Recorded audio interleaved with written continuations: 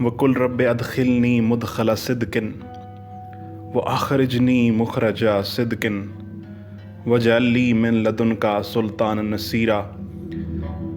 السلام علیکم سامعین، آج ہم ایک بک ریویو کو ڈسکس کریں گے۔ ہمارا پہلا پارٹ ہوگا، title lost Islamic history, written by Firas الخطیب۔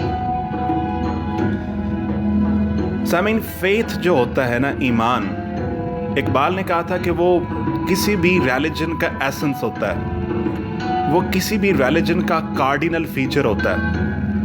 ایمان ایک ایسے پرندے کی طرح ہوتا ہے جو ٹریک لیس وے میں رستہ نکال لیتا ہے، اور اس نوائز لیس سوئم آف ٹائم میں انسان کے لیے سب سے بڑی پار اس کا فیتھ ہوتا ہے۔ یہ فراس الخطیب نے یہ جو کتاب لکھی ہے لاسٹ اسلامک ہسٹری، اس کا پرپس یہی تھا کہ وہ جو ٹریک لیس ہوئے پڑے ہیں ان کو ذرا بتایا جائے کہ ان کی ہسٹری میں کس طرح کے کام ہوئے اور کیسے لوگ گزرے ہیں، اور پری اسلامک عربیہ کیسا تھا، اور پھر اسلامک عربیہ کیسا رہا، اور کتنی دنیا کے اوپر حکمرانی رہی، اور کیسے امپائر کا ڈکلائن ہوا، امپائرز کا۔ آج کی جو یہ ہماری ٹاک ہے، اس میں ہم پری اسلامک عربیہ کے اوپر بات کریں گے کہ prophet Muhammad peace be upon him کے عرب میں تشریف آوری سے پہلے عرب کیسا دکھتا تھا، لوگ کیسے تھے۔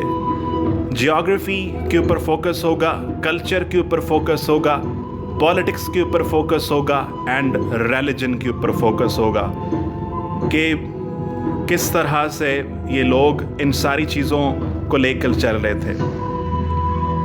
سب سے پہلے ہم دیکھتے ہیں جیوگرافی۔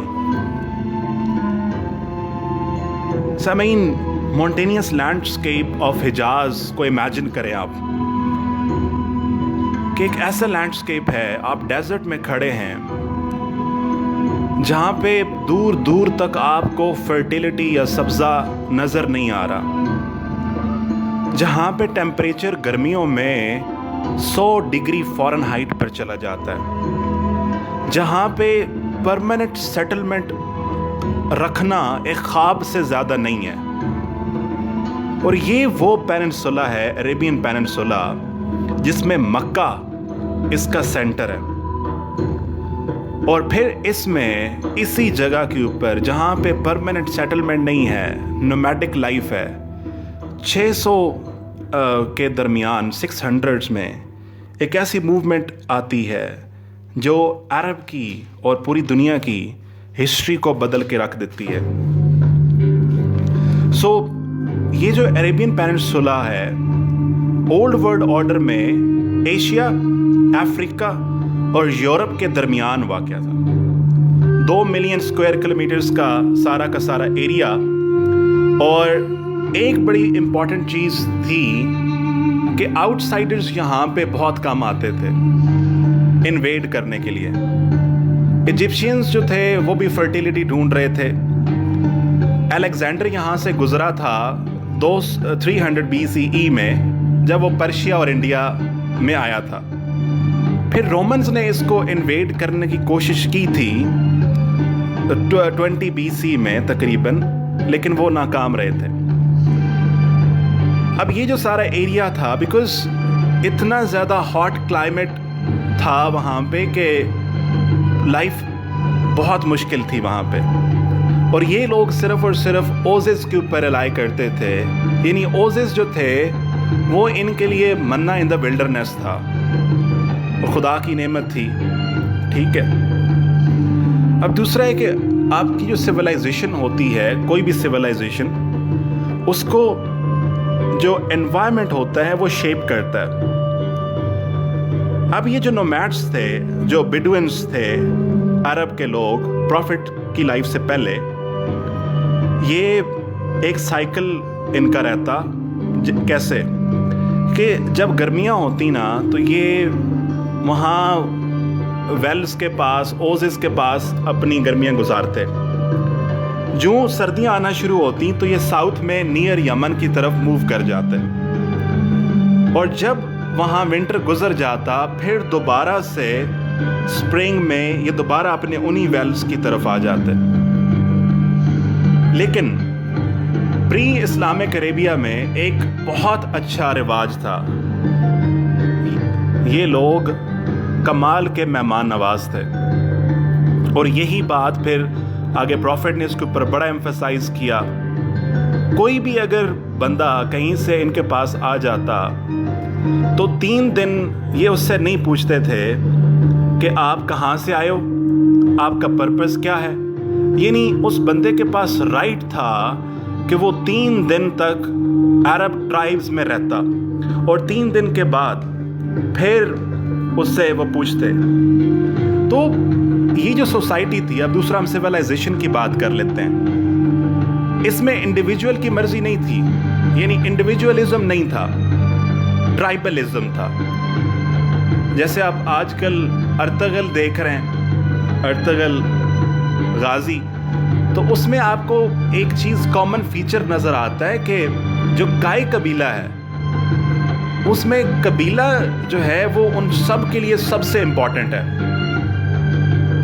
اور جس میں وہ سلمان یہ بھی کہتا ہے نا، جو اس قبیلے کا لیڈر ہے، کہ اگر قبیلے کی خاطر مجھے اپنے بیٹوں میں سے اگر ان میں سے کوئی غداری کرے گا تو میں اس کی بھی قربانی دے دوں گا. سو وچ مینس کہ انڈیویجولزم جو ہے وہ ویٹیج نہیں رکھتا، ٹرائب کی امپورٹنٹ ہے.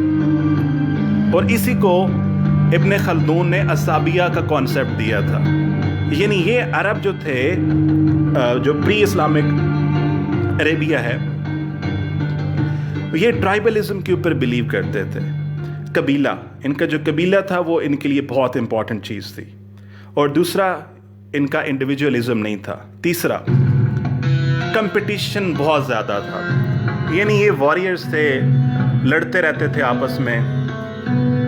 وہ جیسے کہتے نہیں ہے، کبھی پانی پینے یا پلانے پہ جھگڑا، کبھی گھوڑا آگے بڑھانے پہ جھگڑا.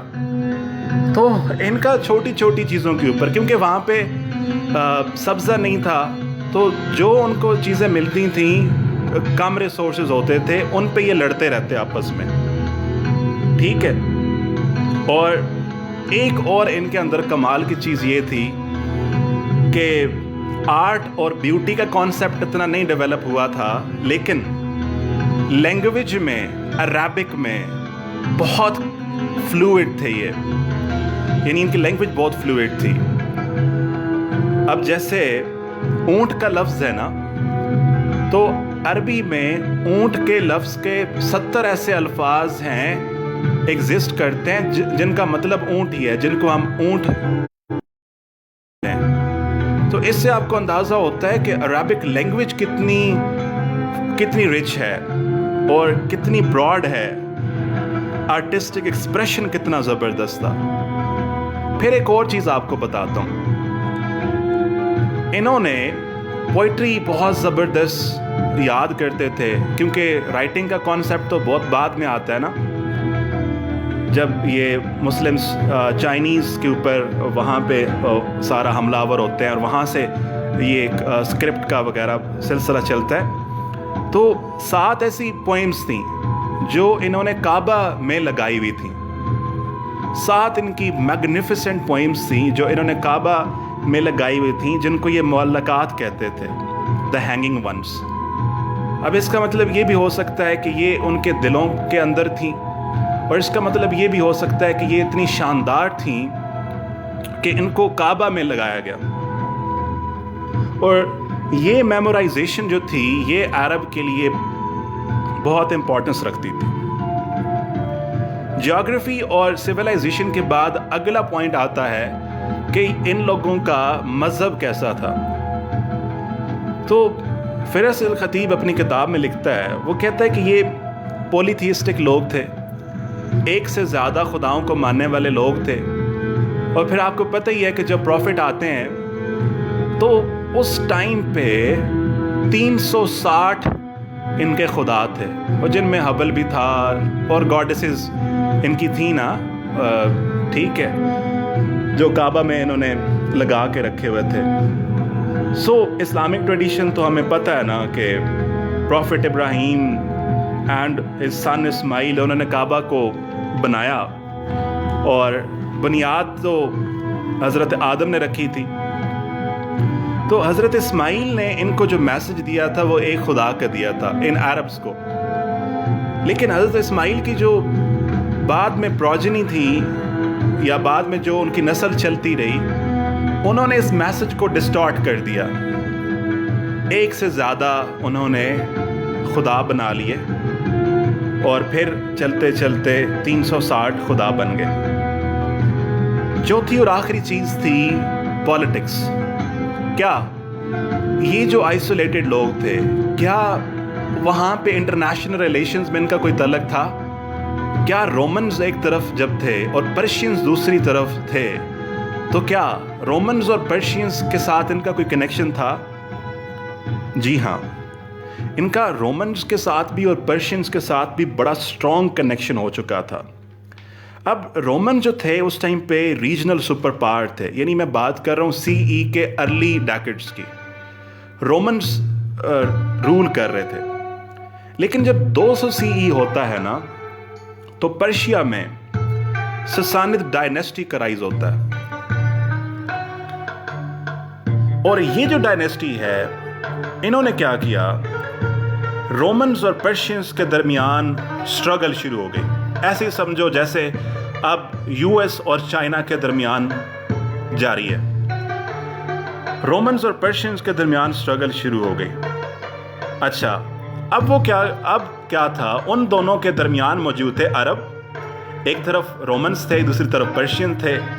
ان دونوں کے درمیان موجود تھے عرب، اور عرب ٹریڈ کرتے تھے باقیوں کے ساتھ، اور یہاں سے کراس روڈ بھی تھا. تو رومنز اور پرشینز نے ان لوگوں کو as a client state use کیا. یعنی عربس کے اندر 2 خاندان، 2 کنگڈمز بن گئے بڑے. ایک غسانت تھے. اب یہ جو غسانت تھے، یہ آج کل کا جو ہے نا آپ کا سیریا، پیلسٹین، جارڈن، یہ اس جگہ پہ رہنے والے لوگ تھے، اور یہ رومن امپائر کے لیے بفر اسٹیٹ کا کام کرتے تھے. دوسری طرف لاکھمتس تھے جو کہ میسوپوٹیمیا میں تھے، اور یہ پرشینز کا ساتھ دے رہے تھے. اب فیئرس رائیولری چلتی رہی، جنگیں ہوتی رہیں، رومنز اور پرشینز ایک دوسرے کے خلاف لڑتے رہے. لیکن جب ارلی 600 یعنی پروفٹ کی آمد سے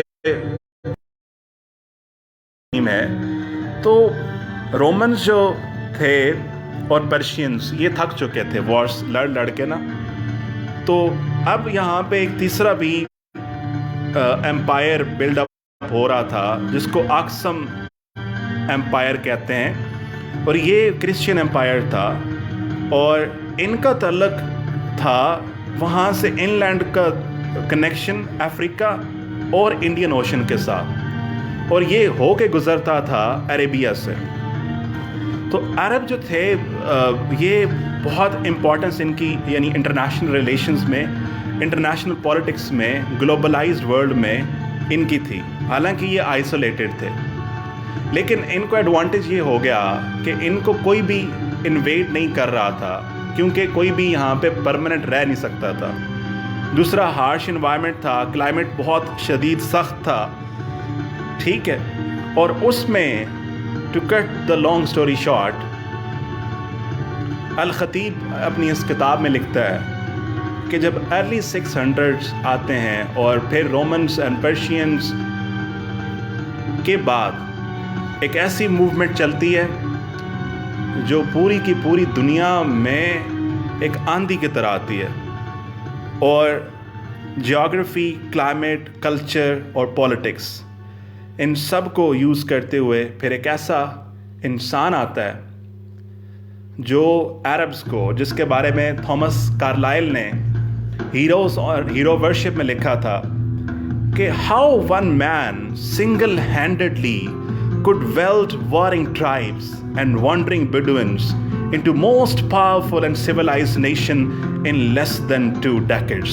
جی ہاں، اور یہ سرکار دو عالم صلی اللہ علیہ وآلہ وسلم کی ذات ہی تھی جنہوں نے less than 2 decades میں بہت ایک سیولائز کر دیا، اور پھر 750 CE تک مسلم امپائر اسپین سے لے کے انڈیا تک پھیل چکا تھا، اور اس ٹائم پہ دنیا کا سب سے بڑا امپائر تھا. اور یہ صرف اور صرف اس ایک ذات گرامی کی ٹیچنگ، ان پہ اللہ تعالیٰ کی ذات کا کرم اور اس وجہ سے ہوا. اور پھر اقبال گوئٹے کو کوٹ کر کے ہماری آخری بات، اس پہ ہم کنکلوڈ کرتے ہیں. اقبال نے گوئٹے کو لکھا کوٹ کر کے The Reconstruction of Religious Thoughts in Islam میں. گوئٹے کہتے ہیں ایکرمین کو, You see, this teaching never fails. Goethe says about Islam, about Quran. You see, this teaching never fails. With all our system, we cannot go. And generally speaking, no man can go farther than that. تو یہ بتاتا ہے کہ ہماری values اور جو Quranic teaching ہے اس کا کتنا اثر ہے, اور یعنی کہ کس طرح سے ریولوشنائز پوری کی پوری دنیا کو کر دیا. تو آج کا جو ہمارا پارٹ تھا اس میں ہم نے پری اسلامک ایرا دیکھا, اور اگلے پارٹ میں ہم prophet Muhammad peace be upon him کے ارائیول اور ان کا جو انفلوئنس تھا اس کے اوپر بات کریں گے. آپ کی سماعتوں کا شکریہ.